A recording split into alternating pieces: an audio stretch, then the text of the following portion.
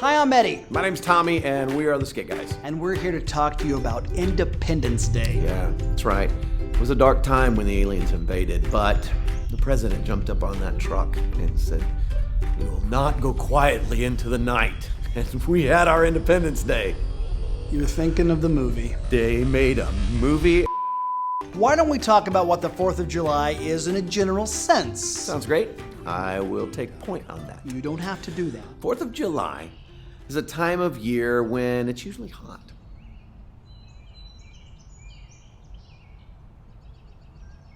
That's it? It is hot. I mean, like seriously hot, unless you live in Canada or something. All right. Well, they don't have July 4th in Canada, just in America. Whoa. You're saying that other countries' calendars go like from July 3rd to July 5th? No one is saying it isn't hot. I just think maybe we should give people a little more, a little more stuff. Like the important elements. So you want me to cover the periodic table?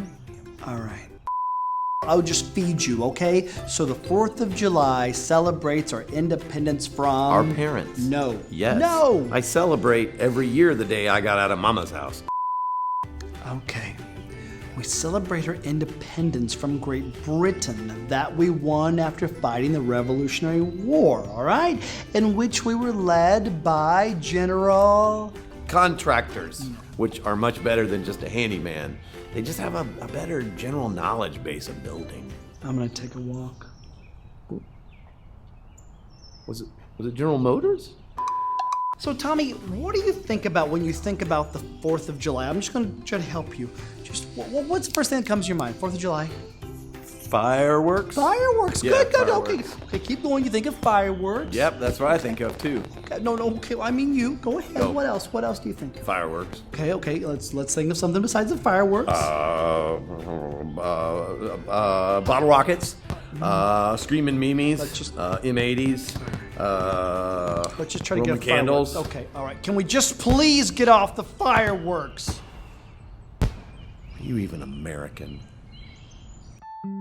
You want to know what the 4th of July is about? It's about freedom, but it's so much more than that. It's about opportunity. While we have the freedom to not agree with everyone on everything in this country, one thing we should all agree on is that we live in one of the most blessed countries in the world. This 4th of July, spend time celebrating the freedom you've been given. Celebrate the rights you have, and don't let it end there. Appreciate it all year round and be glad our forefathers signed the Declaration of Independence so many years ago.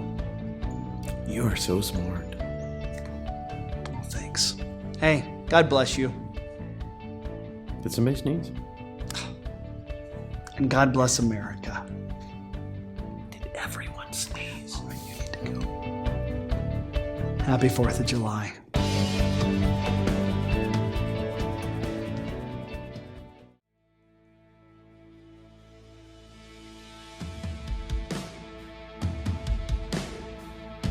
Sock City, let's sing together, come on.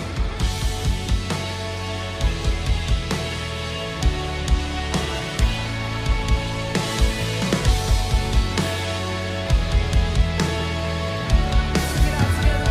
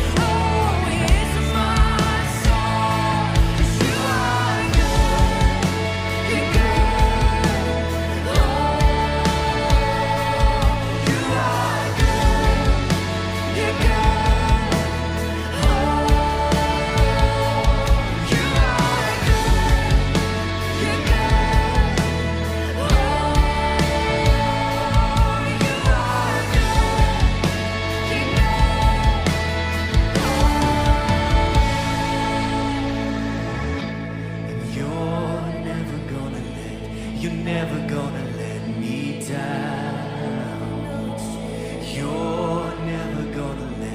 You're never gonna let me down. Come on, let's believe it. Say, you're never gonna let me down. You're never gonna let me down. Oh, it's true. You're never gonna let me down.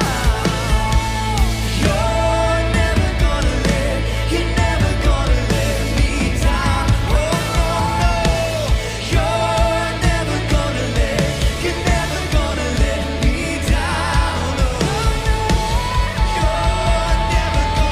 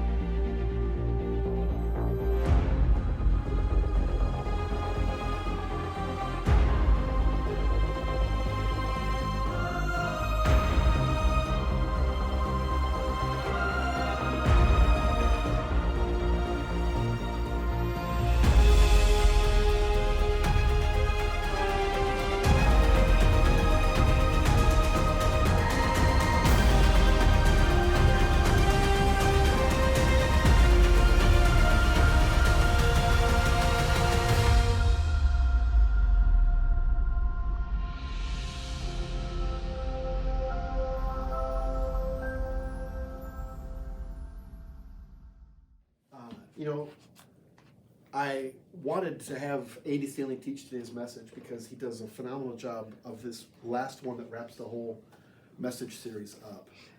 But when I when I think about the topic for today is when dreams can't come true. And it's not a popular topic for us, especially as Americans here in this country that we live in, because we live in the place that invented Disney World and Disneyland.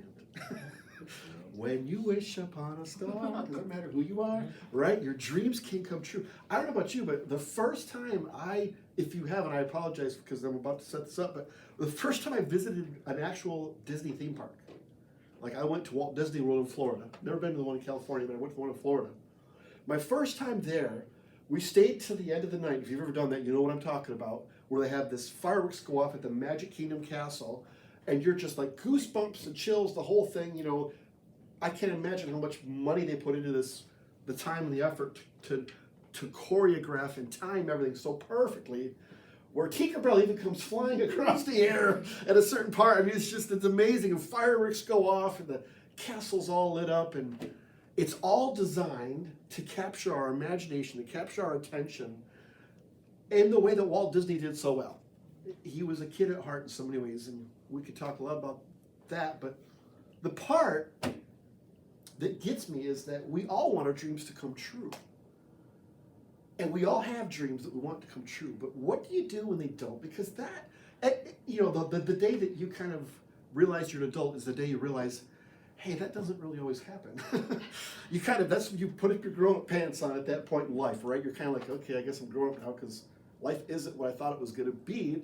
It doesn't always work out the way I want it to, and I have to somehow motivate myself to keep going, because what else am I going to do? I mean, what options? I gotta pull up my britches and just keep going on the way. And so today's message deals with that. And so I'm really excited to dive into that as we wrap up our series on David. So if you'll watch with me, we'll watch Andy teach this, and then I'll come back up afterwards and talk a little bit.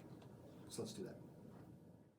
Today, we're reminded of something that very few of us actually need to be reminded of, but I'm going to remind you anyway, and then we're going to place this very, very, very common phenomenon, this thing that we've all experienced, within a brand new context for some of you, and for some of you, it's going to be a reminder. And what today reminds us of is simply this, that life rarely goes as planned. Life rarely goes as anticipated. Plans are good. Everybody should plan. I'm married to a planner, and I'm so glad I'm married to a planner because I'm not a great planner, but everybody needs a plan. But as great as plans are, the reality is that reality is greater than our plans. That reality always trumps our plans. Reality always wins. That things don't always turn out as planned, sometimes because of things that other people do, and sometimes things don't turn out as planned because of things that we do. And at the end of the day, what this means is that some of our dreams won't come true. Worse than that, it means that some of our dreams can't come true. That the two of you, as it turns out, may not live happily ever after. That you may not ever get the opportunity to walk a daughter down the aisle. It means that perhaps you'll never have to purchase or never need to purchase a high chair. Perhaps that second marriage is starting to feel a little bit like that first one. That prodigal son or that prodigal daughter looks like she may not be coming home. And the thing is, depending on what kind of church you grew up in or what kind of religious background, if you have any at all, as we've seen our dreams begin to crumble and things aren't going in the direction that we thought that they would, there's this internal sense of panic and an internal sense of anger, because after all, God promised you, right? I mean, then you feel like God kind of promised you, and maybe God owes you. God owes you because you played by the rules, you did everything right, you raised them right, you behaved, you waited, you did, isn't there a cause and effect? Isn't there sowing and reaping? At times it looks like God has granted somebody else your wish. So today, as we wrap up this series in the life of David, we're going to ask the question that David's life answers for us. What should we do? What do we do when our dreams can't come true? Now, as we saw a few weeks ago, when David was in his 20s, thanks to the behavior and the decisions of crazy King Saul, David realized that some of his dreams weren't going to come true. About 22 years after David became king, he's in his 50s now. He's no longer the cool kid, who killed Goliath. Now he's in his 50s, and 50s, pretty good age to be in our world. But in the ancient times, 50s was old. You probably lost most of your teeth. You were not young, and you were not handsome, and you smelled bad, okay? So he's not cool King David. Now he's King David in his 50s. This is he's been king about 22 years. He sends his men off to war. We don't know why he didn't go, maybe because of how old he was at that point. He gets up one night in the middle of the night, famous story. He looks down and he sees Uriah, one of his friends, one of his companions, one of the generals or commanders in his army. He sees Uriah's wife bathing. Her name is Bathsheba. He calls a servant over. He says, "Who's that?" The servant says, "That is Uriah the Hittite's wife. And David says, "Send her to me." So Bathsheba comes up to David. Everybody pretty much knows this story. They spend the night together. They probably spent multiple nights together. She sends a message to him. "Oh no, I'm pregnant." David decides, "Hey, I can fix this." He calls for her husband to come in off the battlefield, give me a report of what's going on. "Hey, as long as you're here, you might as well go home." Uriah is a righteous man. He spends the night on the ground outside the palace gate. David finds out he didn't go home. He says, "Why didn't you go home to your wife?" He said, "How can I spend the night with my wife when my men are dying and being slaughtered in the mud?" David says, "Spend one more night." David gets him drunk. David points him toward home, says, "Go home." The next morning, David gets up. Uriah still hasn't gone home because Uriah isn't going to spend a night in luxury when his men are dying on the battlefield. He's a good man. So David writes a message to Joab, Uriah's commander. He says, "Dear Joab, put Uriah in the fiercest part of the battle, and when things get really hot, withdraw from him and his bodyguard." It was a death warrant. It was a death sentence. He signs it, seals it, gives it to Uriah, who gives it to Joab. Joab does as the king says because you can't say no to the king. And Uriah dies in battle. Bathsheba mourns. David brings her in. She's pregnant, and it looks like David, the magnanimous, wonderful man, is going to raise somebody else's child. He marries Bathsheba, and everything's good, and David has managed the outcome, except that this was no secret. In a world where there are slaves everywhere, the walls talk. And so eventually, after they're married, the prophet Nathan makes an appointment with David. He comes in to see David. He tells this fictitious story. David gets really, really, really mad at this guy in the story, and Nathan says, "Hey, by the way, David, you're the guy in the story." And David breaks, and he allows the law of God to break him. But here's the problem, and I hope you'll listen to this. Every sin, whether you're a Christian or not, whether you're a religious person or not, every sin comes prepackaged with a consequence. Every sin comes prepackaged with a penalty. And that day, as David began to mourn his sin and own his sin, Nathan said this to him. "This is what the Lord says, out of your own household, I am going to bring calamity on you. What you did in secret, although you did this in secret, I'm going to do this thing. I'm going to bring about this calamity in broad daylight before all of Israel. Because you're the leader, you are accountable to the entire kingdom. Because you're the king, you're accountable to the entire kingdom. And I'm going to bring about a consequence that everybody in the kingdom knows about." And then David said to Nathan, and this is so powerful, "I have sinned against the Lord." This is, again, the reminder that even though David was king and even though he was flawed, he never confused himself with the king of Israel. He never abandoned God's law. He broke it, but then he would allow God's law to break him. And once again, we find him acknowledging his fault and surrendering to the will of God. He said, "I have sinned against the Lord." And Nathan replied, "The Lord has taken away your sin. You are not going to die, but there is going to be an unavoidable consequence for what you did. You had someone who was innocent murdered, and you tried to hide it, and you tried to lie to the entire nation." So a year goes by and nothing happens. 2 years go by, nothing happens. 5 years go by, nothing happens. Finally, 10 years later, this consequence takes hold, and it turns David's world upside down. And at the end of the story, his dreams can't come true. David's oldest son was a young guy named Amnon. And Amnon, because he was the oldest son, was in line to become the next king of Israel. But Amnon was consumed with lust for his half-sister Tamar. So Tamar and Amnon share one parent, but not two. And so Amnon just cannot get her out of his mind. He cannot get her out of his mind. Apparently, she doesn't even know he exists. He just completely ignores him. So finally, he's done everything he can to get her attention, and he's just so consumed with lust. So he pretends to be very, very ill. And all of a sudden, all the brothers and sisters know there's something wrong with Amnon. He's very ill. And he sends a message to David. And he says, David, is it okay if my sister Tamar prepares a special meal for me? David says, that's fine. She brings the meal over. Amnon sends everybody out of the house, and now it's just the two of them. And he tries to talk her in to going to bed with him. And he begs and begs and begs, and he acknowledges, I'm not really sick. I just was trying to get your attention. And she resists. She says, absolutely not. She says, no, my brother, don't force me. Such a thing should not be done. We're related. Such a thing should not be done in Israel. Don't do this wicked thing. But the text says, but he refused to listen. And since he was stronger, he raped her. And then this next verse is just gut-wrenching. But again, the biographers, the people who bring us this story, they don't skip any of the details. And the text says this. Then Amnon hated her with intense hatred right after he raped her. In fact, he hated her more than he had loved her, and Amnon said to her, get up and get out. Well, she's devastated. She knows that her life is ruined forever. She in this culture will never marry, and there are no secrets in the palace. In fact, there are no secrets to the degree that David finds out. And when King David finds out what his oldest son did to one of his daughters, he's furious. But do you know what he did? Nothing. He did nothing.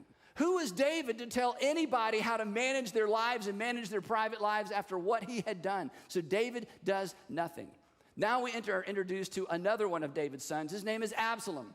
Absalom is David's third son. We think the second son has passed away by this time, so he's next in line to be king if Amnon is in fact not king. Absalom is Tamar's brother by the same two parents, and Absalom takes Tamar into his home. She's just destitute, and he takes her into his home, and he too does nothing. And he never speaks to Amnon. He doesn't speak to him positively. He doesn't speak to him negatively. He acts as if he doesn't even exist. And a year goes by and nothing. And then 2 years go by. And Absalom is so shrewd. And when he thinks that everybody has forgotten what happens, he throws a big feast at his home. He invites the entire family. He even invites David. And David says, I can't come. If I come, it'll be such a burden to your home. And Absalom says, well, what if I invite all my brothers? And David says, knock yourself out. Y'all have a good time. So Absalom has this big feast, gets everybody good and drunk. And when Amnon is really, really drunk and all the brothers and families are gathered around these tables, he sends his men into the dining hall, and they slaughter Amnon in front of all the brothers. And the brothers get up and they flee to Jerusalem, and Absalom gets up and he flees north to what we would call Syria. Now, when King David finds out that his oldest son has been murdered by what we find out later, his favorite son, King David does nothing. And life just goes on. 3 long years pass, and David is missing Absalom. And so David invites Absalom back to Jerusalem, back to the capital. And when Absalom gets there, he's told, you're invited to move back into your home, but the king refuses to see you. And so Absalom, for the next 2 years, tries to get in to see King David, and King David ignores him. And Absalom is so furious, you brought me back here. It's like I'm under house arrest. And finally, he was just fed up.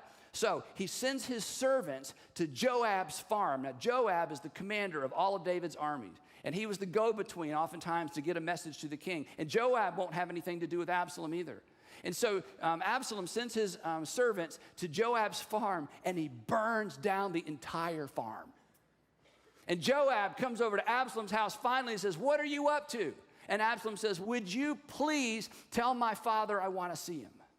And Joab agrees. Okay, I'll work it out. Well, Joab's smart, and he knows that you can't approach David directly, so he sends a woman in. This woman makes up this incredible story, gets David all engaged emotionally in the story, and then basically at the end of the story, the person that David's most frustrated with in the story, she, like Nathan, says, well, my king, that's you. You're upset with yourself. And he said, did Joab send you? And she says, uh-oh. She says, yes, Joab sent me. He calls for Joab, and Joab says, King, your highness, please see your son Absalom. He's waited for 2 years.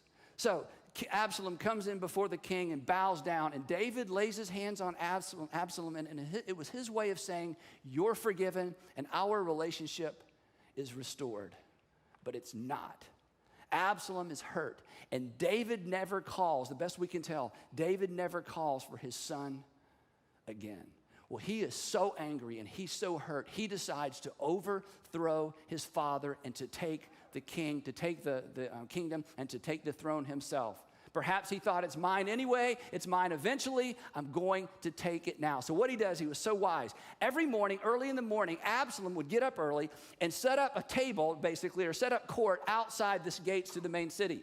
And anyone who was coming to the city to try to get to see David to get justice for some cause, Absalom would say, let me help you. And over time, the text tells us that Absalom stole the hearts of the people. For 4 years, he sat outside the gates of the city and would talk to anyone, hear any of their cases. People recognized how smart he was, how wise he was, what a great leader he was. And over time, Absalom stole the hearts of the people. And then 4 years later, he sets in motion his plot to overthrow his father. So 16 years now, 16 years after David's incident with Bathsheba, 16 years later, David's world is upside down. His firstborn has been murdered by his favorite son, who has now instigated a civil war and is about to divide the entire nation. A messenger came to David.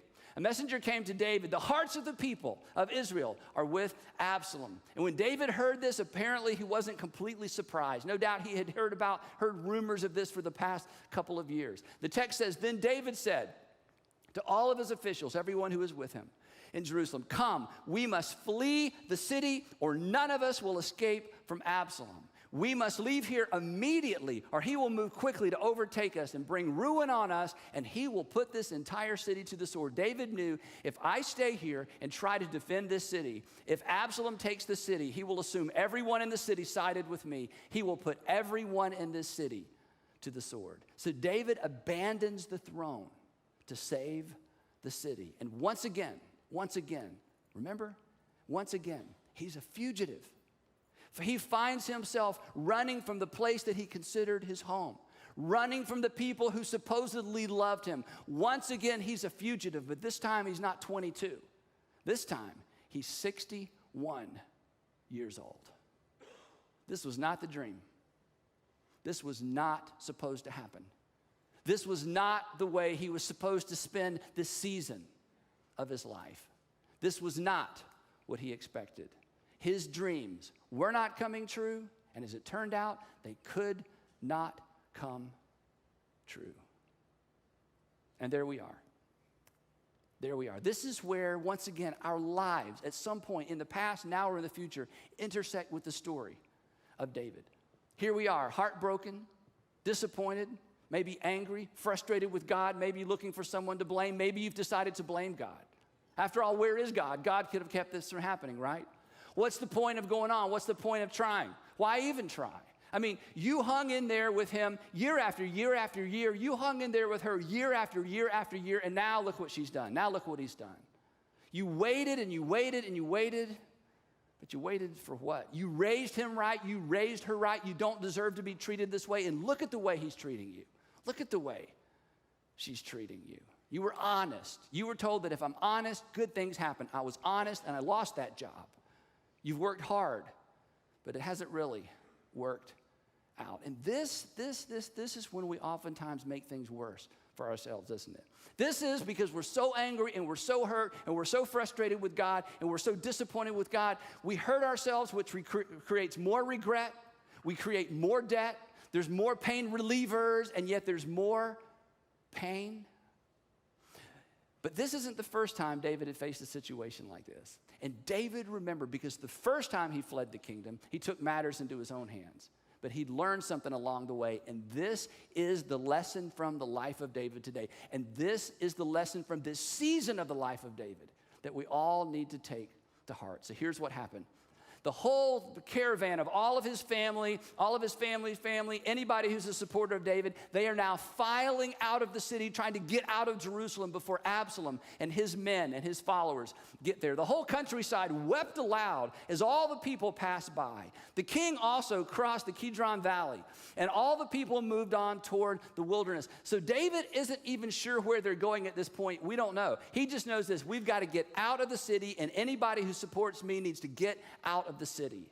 Zadok, who was the high priest, Zadok was there too, leaving the city with David. And all of the Levites, this is the tribe that takes care of all the sacrificial system, were with him. And they were carrying the Ark of the Covenant of God. Now, this is really, really important. And when you read these stories quickly, you miss the significance of this. The Ark of the Covenant of God represented the presence of God for ancient Israel.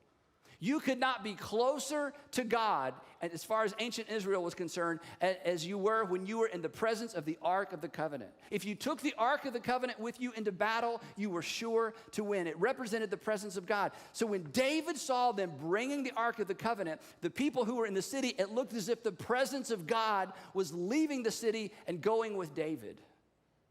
But the implications of that were a bit overwhelming for David. In fact, David decided this feels manipulative. And listen to what he said. He said, then the king said to Zadok, take the ark of God back to the city. Now, the people who were around David and heard him make this command or make this decision, I guarantee you they moaned. Because one of the things that gave them courage and confidence was they were following the king and they were following the presence of God. And for David to command them to take the presence of God, the blessing of God, the Ark of the Covenant, back into the city, it was almost as if David was saying, Absalom is in the right and we are in the wrong. But listen to David's explanation as to why he told Zadok to take the Ark of the Covenant back to the city. This is so powerful. He said this: if I find favor in the Lord's eyes, he will bring me back and let me see it, the ark, and his dwelling place, the ark, again. If God chooses to bring me back, God chooses to bring me back, but I am not taking matters into my own hands. But if he says, David said to Zadok, but if God says, I'm not pleased with you, David says, then I am ready. And then here's the punctuation. Let him, talking about God, let him do to me whatever seems good to him. Not my will, thy will. Every time I do my will, I mess things up. Every time I have my way, I get in the way. Not my will, thy will. This is the lesson. This is so powerful. David lost his world. He did not lose his confidence in God. David's entire world is upside down. He does not lose his faith in God. He doesn't reject the law. He doesn't consider himself above the law. David understands his flawed. He is a flawed man. He is not a perfect man, but he refuses to be the king. David never lost sight of the fact that he is simply a king. He lost his world. He did not lose his confidence or his faith in God. He chose not to abandon God when it appeared that God had chosen, or God chose to abandon him. I'm not going to war with my son. I'm not going to risk the city. This is not about me. God put me in place. God will choose how and when and where I am replaced. Wow. And he leaves the city and he leaves the ark. Absalom shows up at the city and he takes the city without a fight. But it's a hollow victory because he has the capital, but he doesn't have the king. So David and his entourage, they end up in a city called Machanaim. And he hears that Absalom is coming and he realizes he has no choice but to meet his own son in battle. So he divides his soldiers up into 3 groups. This was so smart. And he puts a different commander over each of the thirds. And then he gives them these very, very explicit instructions. And he gives the commanders these instructions so that all the troops can hear. And here's what he said. He said, when you catch up with Absalom's army, and when you catch up with Absalom, be gentle with the young man Absalom for my sake. I realize this is a war. I realize it's going to be chaotic, but if there's any way to spare my son's life, I want you to spare his life. And all the troops heard the king giving orders concerning Absalom to each of the commanders. So everybody knew if you find Absalom, you take Absalom alive and you bring him to David. David's generals insist that David not join them in battle. So he stays on the wall of the city and he watches his soldiers march out to confront his son in battle. Now the text tells us that this battle did not take place on an open plain, but it actually took place in the forest of Ephraim. The forest of Ephraim, which meant superior numbers meant very little, experience and organization and communication mattered more. And fortunately, David was wise enough. We don't know if David's men drew them into the forest. We don't know why the battle was in the forest. But David's men were better organized to fight under those conditions because he had 3 commanders, whereas Absalom's troops were all looking to him for leadership. And the text says this: there, Israel's troops were routed by David's men. And the casualties that day were great. 20,000 men died. The battle spread out over the entire countryside, and the forest swallowed up more men that day than the sword. Eventually, Absalom is caught, and instead of being held prisoner and taken back to David, Joab butchers his son as the army watches. Once Absalom was taken out of action, once people knew he was dead, his army immediately stopped fighting. They threw down their weapons, and the text says they all just went home. David is told that Absalom is dead, and he mourns the loss of his son. In fact, he mourns the loss of his son to such a degree that the soldiers are afraid to celebrate their victory. He returns to Jerusalem as the king, but his world would never, ever be the same. And 9 years later, he died at the age of 70. Now, it really speaks to the authenticity of this account, that the biographers seem to have done nothing to hide from us all of David's faults and failures and flaws. And the thing that's so amazing, and the thing I want us to take away as we wrap up this narrative of David, is that with all of his flaws, he never lost his confidence in God. When things did not go his way and it was somebody else's fault, when things didn't go his way and it was his own fault, with all of that, he never lost his confidence in God. That David's somewhat sad ending, and it is kind of a sad ending, his somewhat sad ending reminds us of something extraordinarily important. So if you've been daydreaming or, thinking about something else, I really need you to listen to this next part, because this is the takeaway. Simply this: the foundation of our faith is not answered prayer. The foundation of faith is not everything going our way. The foundation of our faith is not happily ever after endings. In fact, it's always a mistake, even though we all tend to do this. It's always a mistake to wrap our faith in God. It is always a mistake to wrap our faith in God around the fulfillment of our dreams or even the answers to our prayer. It is always a mistake to wrap our confidence in God around the fulfillment of our dreams. My dreams came true, God is good. My dreams didn't come true, I don't think there's a God. It's always a mistake to wrap our faith and to wrap our confidence in God around our dreams coming true or even the answers to prayer. Because dreams that don't come true and prayers that don't get answered say nothing about the presence or the goodness or the faithfulness of God. They say nothing about God's presence or his lack of activity.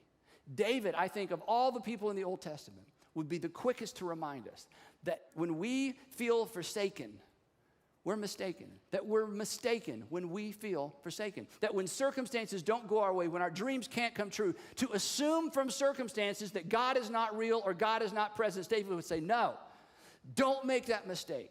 Because through all the highs and lows and through all the ups and downs, God was with me. And we would do well with our own circumstances and our own broken hearts and our own anger and our own dreams that can't or won't come true. To join David in this extraordinary, extraordinary statement that he makes when he's leaving the city, all hope is gone. He doesn't know if he will ever see the city again. He doesn't know if he will ever be restored. He doesn't know what's going to happen in this season of his life. To join him when he makes this incredible, incredible statement. If, I don't know the future, if I find favor in the Lord's eyes, he will bring me back. Let him do to me whatever seems good to him. In other words, not my will, thy will. Thy will, not my will. I know what I want things to turn. I know how I want things to turn out. I know how I want things to go. I know how I've prayed they go. I thought for sure they would go this way, but not my will. Thy will be done. I may lose my world, but I will not lose my confidence or my faith in God.